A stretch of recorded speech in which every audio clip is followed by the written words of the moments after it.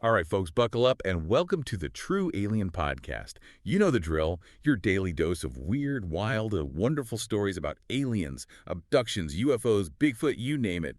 We're diving headfirst into some seriously strange stuff today. Hey, Adrian, and hi to all our listeners out there. Julia Jones here, ready to put on my paranormal probe goggles and take a deep dive into today's story. This one sounds like it could get a little out there, even for us. You can say that again. Our story today is called Detention Dimension Hop, and it's a doozy. Yeah. Just imagine, detention takes a bit of a turn, and some students find themselves in a reality-bending lab. Let's just say they'll need more than a hall pass to get out of this one. Detention and a reality-bending lab. That's a combination I haven't heard before. This sounds like it's going to be good. I'm all ears. So the basic premise here is that these students, typical misfits you might say, discover this lab and, well, they end up having to fight to survive in alternate worlds. Oh, and they have to survive each other too, which might be the harder part. Ah, yes, the classic teenage dynamic, thrown into extraordinary circumstances, yet still dealing with the same old interpersonal drama. That's a recipe for chaos, for sure. All right, let's set the scene. We've got 4 students all stuck in detention, but not in your average classroom. Oh no, they're in an abandoned science lab. Talk about a recipe for trouble. Meet Jasper Glitch Jones. You know the type. If it can short circuit, he'll find a way. Then there's Stella Solaris. Let's just say her mind is always light years ahead of everyone else.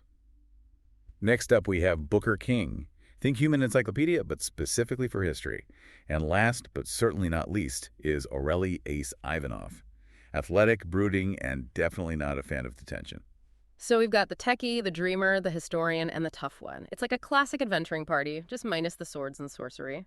For now, anyway. An abandoned lab, though. Sounds like the perfect setting for something strange to happen. You'd be right about that. They're bored, as you can imagine, and poking around this dusty old lab.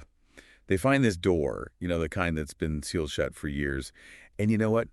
It has this faint blue glow coming from underneath. A blue glow? That's practically a neon sign flashing danger.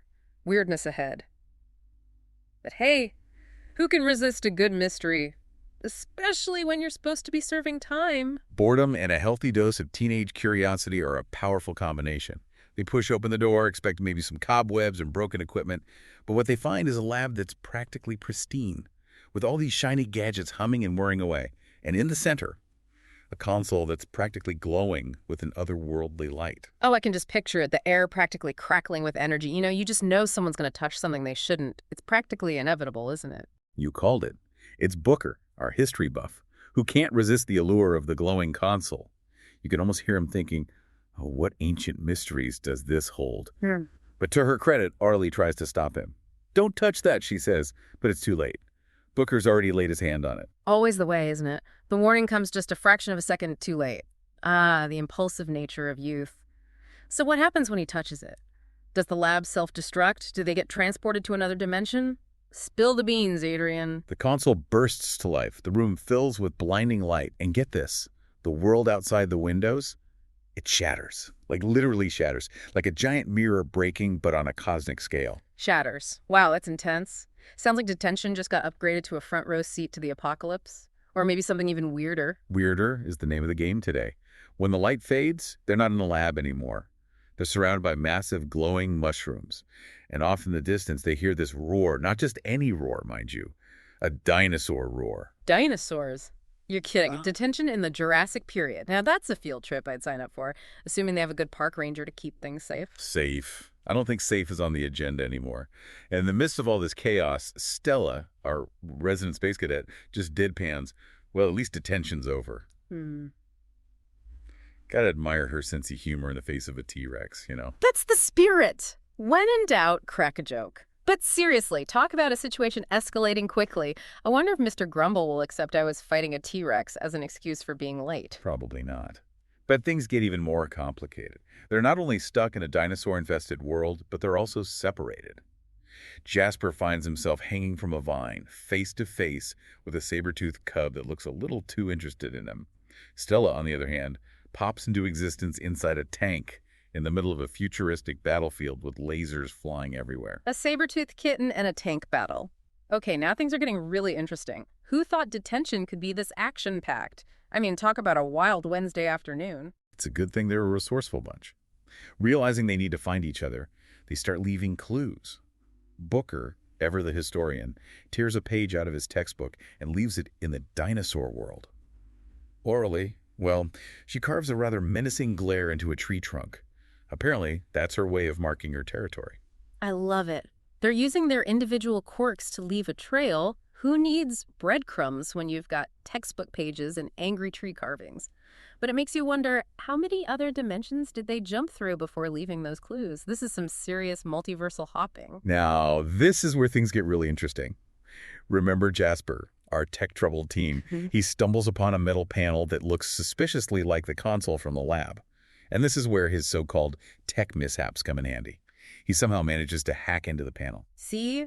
What everyone thought was a weakness turns out to be a strength. Who knew messing up your electronics could make you a multiversal MacGyver?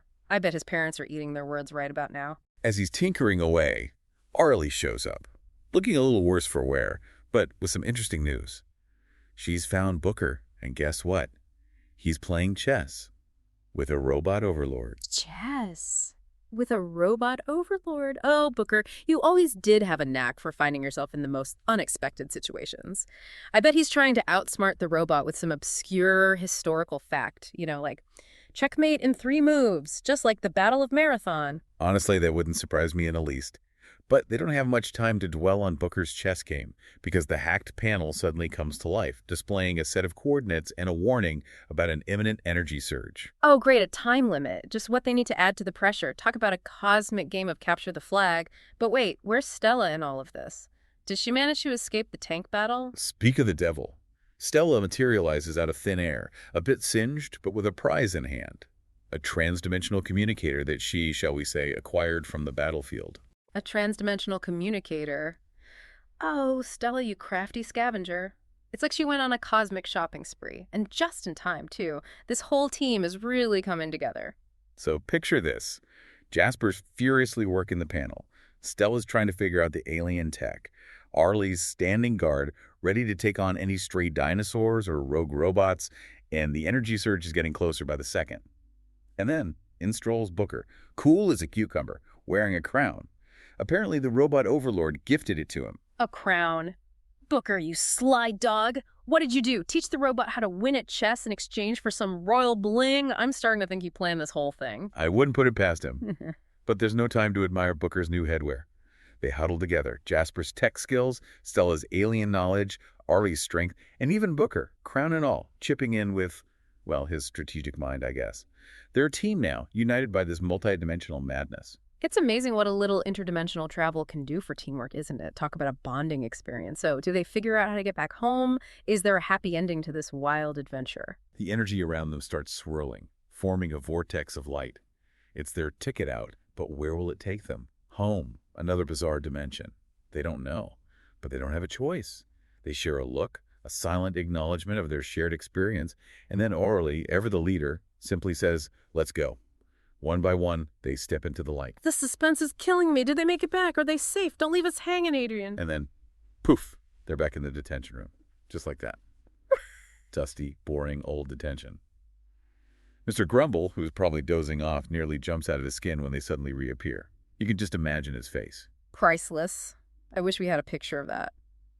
From battling dinosaurs and outsmarting robots to dealing with Mr. Grumble's grumpy demeanor, that's got to be a bit of a letdown. He sputters something about where they've been, but they're too exhausted and probably relieved to care. They just exchange these tired but triumphant grins.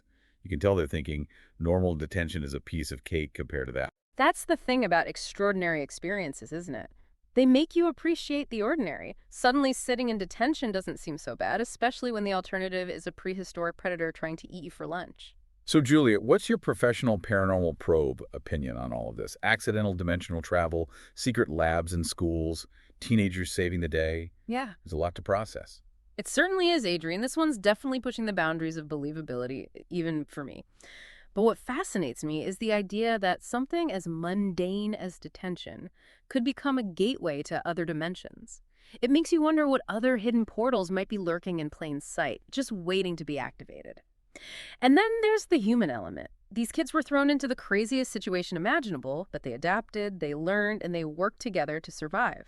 It shows you the potential that lies within all of us, even when faced with the most extraordinary or maybe terrifying circumstances. You've given us a lot to think about, Julia. And to our listeners out there, keep your eyes peeled. The next time you're stuck in a boring situation, just remember, you never know what's lurking beneath the surface. Your ordinary day could turn into an extraordinary adventure, for better or worse. So until our next encounter with the unknown, stay curious, stay safe, and maybe double-check those dusty old doors before you open them. Yeah, you never know what's on the other side. And if you do happen to stumble upon a reality warping console, maybe try to find the instruction manual first. Just a thought. See you all next time on the True Alien Podcast for another deep dive into the strange and mysterious.